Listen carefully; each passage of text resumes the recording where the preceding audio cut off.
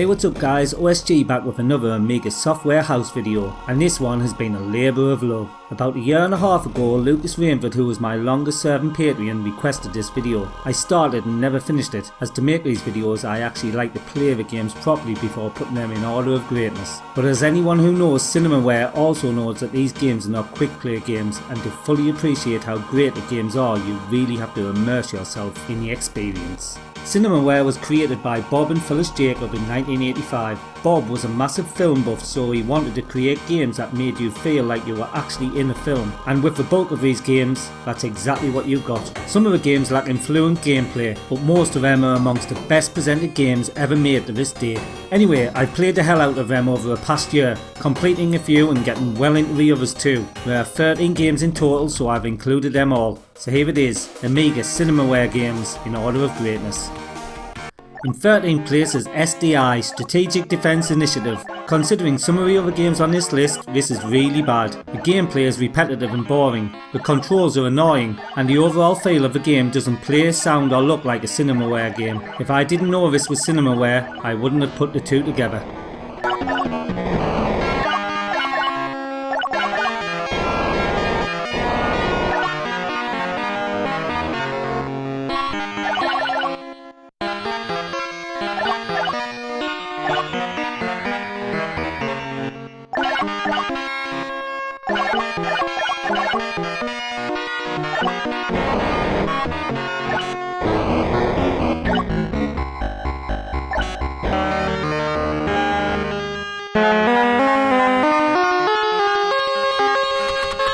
Twelfth position is taken by Sinbad and the Throne of the Falcon. Again, this is poor execution, but at least with this one you get a movie feeling while playing it. The graphics are also not what we would come to associate with Cinemaware. The fight scenes are maybe the best bit of the game for me, but these are repetitive and long drawn out, making this another one I didn't enjoy.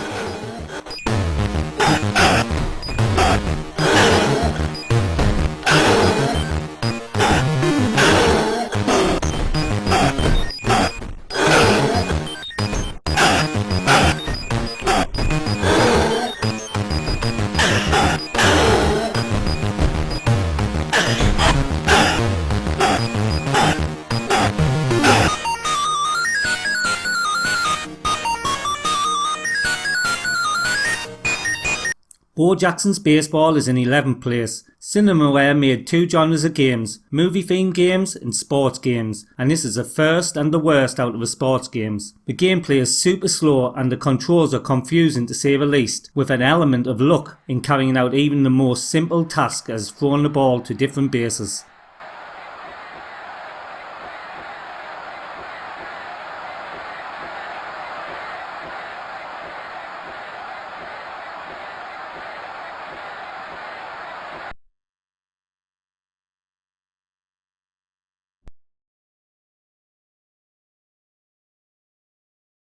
Strike one.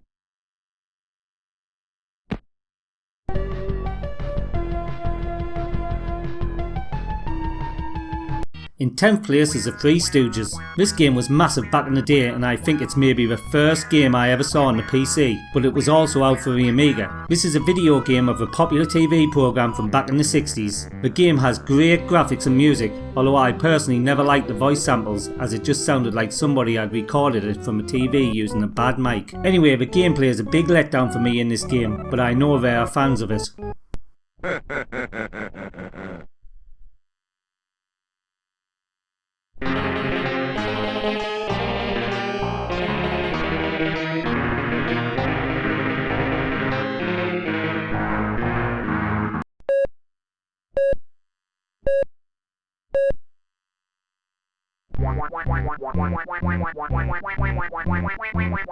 Ninth place is taken by the King of Chicago. This was Cinemaware's dabble into the Prohibition period. You control a small mafia mob bidden to take over all the city's underworld activities. It plays okay if you like point and click games, and has the usual mafia activities such as drive-by shootings, bribery and gambling. If you like mafia films, this one might be a good choice for you.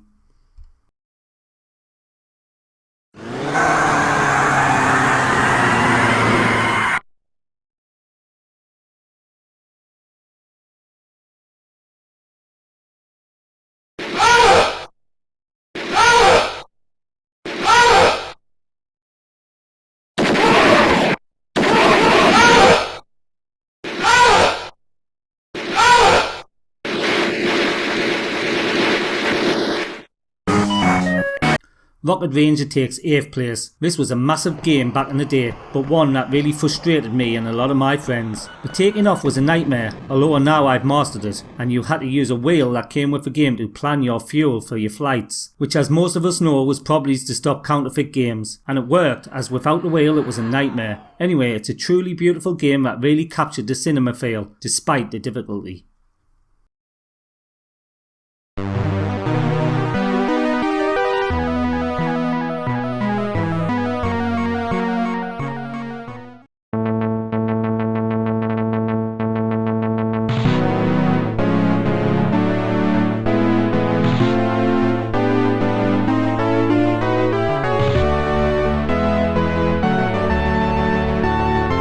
In 7th position is It Came From a Desert 2.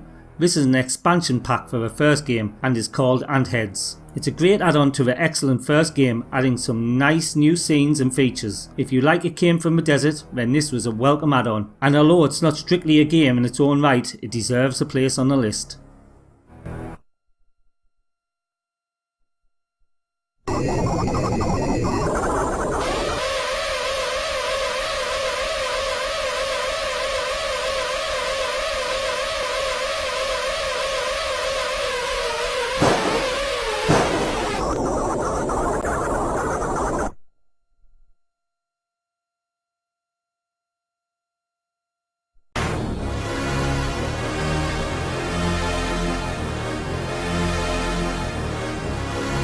Sixth place was taken by TV Sports Basketball. I had never played these sports games till the request was made a little over a year ago. To be honest, apart from the NBA series games, I was never a basketball fan, but this game is well presented and the gameplay is maybe the best basketball game on the system. As you would expect with Cinemaware, the graphics and sound are also great too.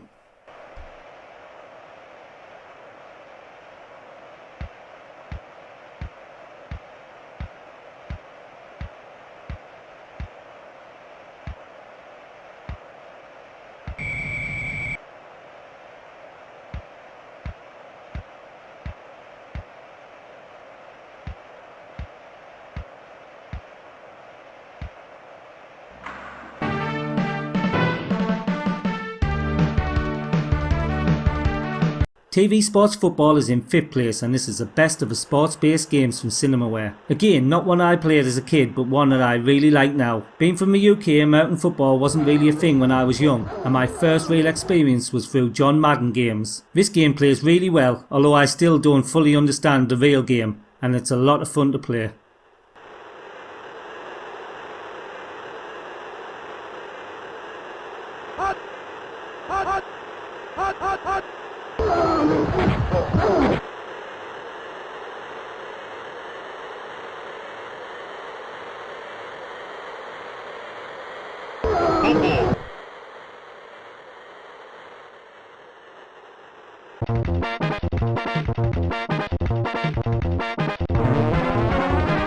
In 4th place is Lord of the Rising Sun. I'm not a massive strategy fan, but this game is epic. You really get pulled into the game, which is set in ancient Japan, and it's much in the style of Defender of the Crown, with a mix between strategy and action being just right. Lesser known than Defender of the Crown, but if you like that game, I guarantee you will like this one too.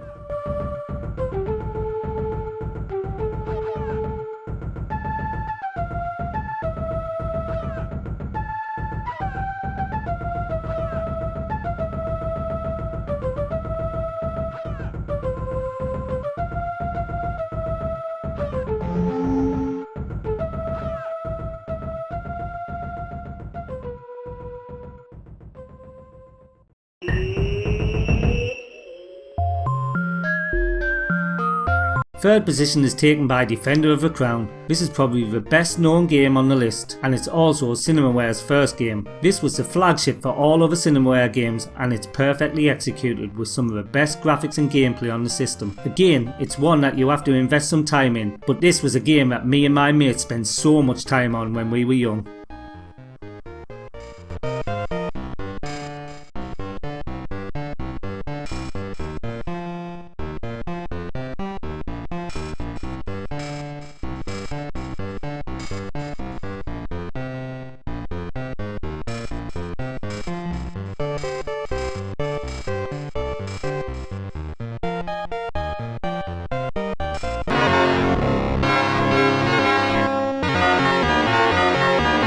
It Came From a Desert takes second position, and this is a masterclass into how to make a B-movie theme into a game. It's a massive game that will have you playing for ages, with one of the best storylines I've ever experienced in a game. If there was one game on this list that ticked all of the boxes for Bob Jacobs' vision for Cinemaware, this would be it. It is truly like being part of a movie.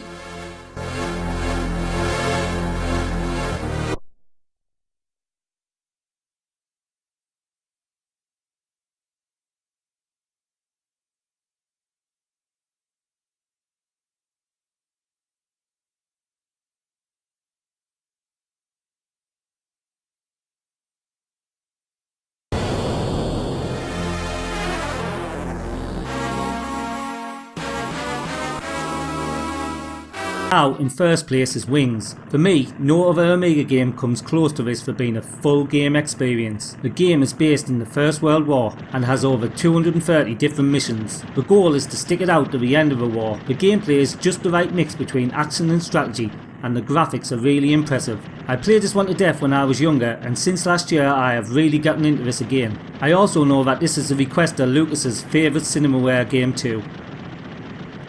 Okay, that's it from me. Let me know in the comments below what your favourite Cinemaware games are, and if you haven't already, please like this video and subscribe to my channel if you like my stuff. Till next time, this is OSG signing out.